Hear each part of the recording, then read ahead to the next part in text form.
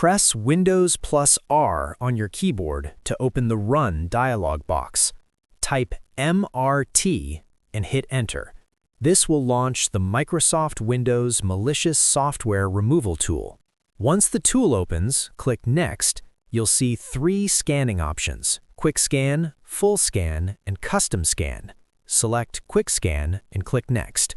The tool will now start scanning your entire laptop for threats. Wait for the process to complete. Once it's done, the results will appear on screen.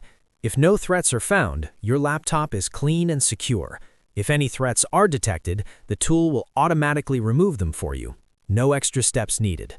Now press Windows plus R again. Type netpliz nptwiz and hit Enter. This opens the User Accounts window. Look through the list of users carefully. If you spot any account you don't recognize, click on it and hit Remove. This blocks any unauthorized access to your laptop. Now open Settings and search for Startup. Click on Startup Apps. Go through the list carefully. If you see any app you don't remember installing, disable it immediately. This stops unknown apps from launching automatically every time your laptop starts. If this helped, drop a like and subscribe. Also press the bell icon for more tech tips. Thanks for watching.